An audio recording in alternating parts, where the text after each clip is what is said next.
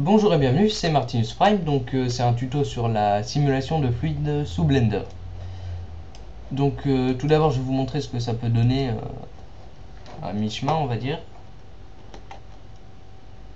Que voilà par exemple, vous pouvez faire plein de choses sympas avec ça, que voilà, hein, fait rapidement sans calcul presque.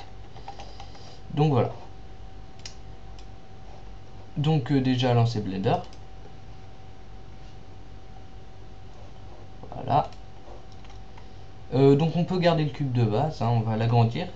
Donc ce qu'il faut savoir c'est que pour la simulation de fluide il faut un domaine, donc ce sera la boîte où il y aura le fluide, l'eau par exemple si on veut. Donc généralement carré ce serait plus simple. Et bah il y a le fluide lui-même. On va ajouter avec Shift plus A. Cube. Voilà. Donc centre un peu, enfin comme vous voulez. Donc faut pas qu'il dépasse, hein, sinon il va y avoir des problèmes. Voilà, on va dire ça comme ça. Donc, maintenant que vous avez votre domaine et votre fluide, vous allez aller dans le panneau effet physique, fluide, hop, domaine. Ah, bon là c'est normal, c'est parce que c'est la première frame, on va dire frame 0 pour modéliser. Hop, fluide, et attention là c'est compliqué, fluide. Donc vous pouvez lui mettre une vitesse initiale de vélocité au fluide, comme vous voulez.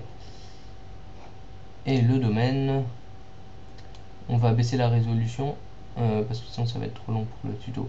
Mais si vous voulez un truc assez joli, mettez 400 voire plus. Mais faudra laisser longtemps tourner votre ordinateur. Donc nous on va mettre 10, bon peut-être un peu plus. Voilà, sinon ça va être très moche, c'est pour l'exemple.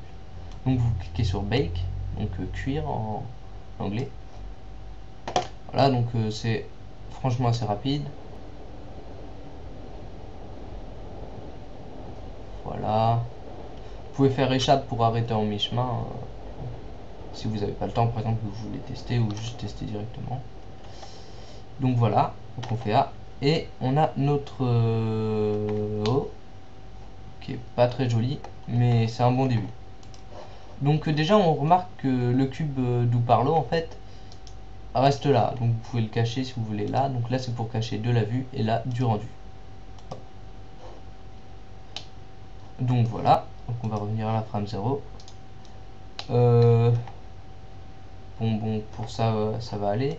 Donc par exemple, vous pouvez, si vous voulez, augmenter la taille du cube, le tourner, je vois pas à quoi ça servirait moi, mais c'est jamais. Donc là par contre ça va dépasser le truc. Voilà. Faire ce que vous voulez avec. Vous pouvez augmenter la boîte aussi. Mais après, il va falloir refaire à chaque fois Bake pour qu'il recalcule les changements de position et tout et tout. Donc hop, c'est pas mal. Donc vous pouvez aussi mettre des obstacles. Par exemple, si vous voulez qu'il y ait des... Parce que si vous mettez un objet normal là-dedans, voilà, vous allez remarquer quand vous faites Bake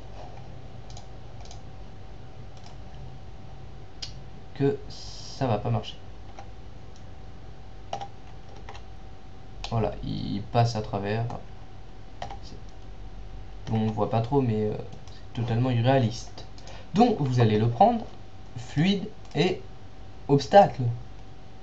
Donc, vous pouvez faire... ouais, moi je vais mettre boss. Mais bon, c'est pas utile, ça, pas besoin de changer. Donc voilà, on va mettre un obstacle. Donc grâce à ça, vous pourrez faire des récipients. Donc, hop. Bake. On va voir que tout de suite, c'est déjà mieux. Voilà. C'est franchement mieux. Après, vous pouvez changer la texture de l'eau, enfin le matériel de l'eau, en sélectionnant le cube d'eau par l'eau. Matériaux, new matériaux, je sais pas, n'importe, on s'en fiche, là, c'est pas...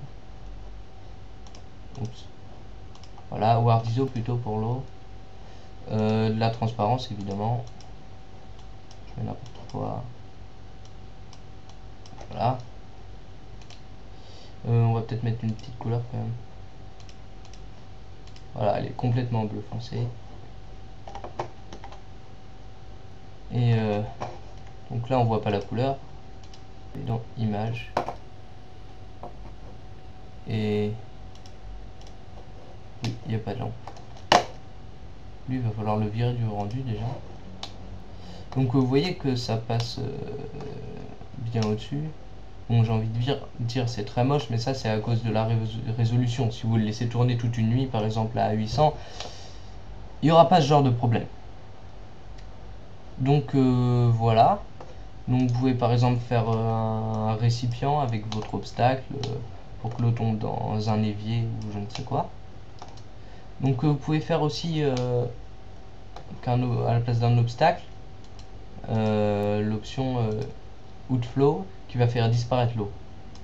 Là on va essayer. On va le faire un peu. Hop. Bake. On va mettre la texture.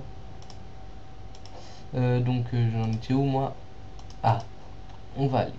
Domaine, bon on va baisser un peu parce que c'est un peu long. Là donc là ça va très très vite, on remarque hein. Ok, donc là ça a complètement foiré. Ça arrive de... Ah oui, là ça a complètement foiré. Donc si des fois les calculs sont trop puissants, Blender peut cesser de fonctionner si vous n'avez pas une machine très performante, comme c'est le cas pour la mienne qui n'a que 2 Go de mémoire vive. Mais voilà, donc de toute façon c'était tout ce que vous avez à savoir pour l'utilisation de base des fluides sur Blender. Donc je tiens à vous informer que mon site va être refait totalement. Donc codé en HTML cette fois avec un vrai nom de domaine. Il sera disponible vers décembre. Je vous attends nombreux. Il y aura pas mal d'options et je vais bien plancher là-dessus. Donc voilà un aperçu de ce que j'ai commencé à faire. C'est déjà ça. Bon bah au revoir et à bientôt.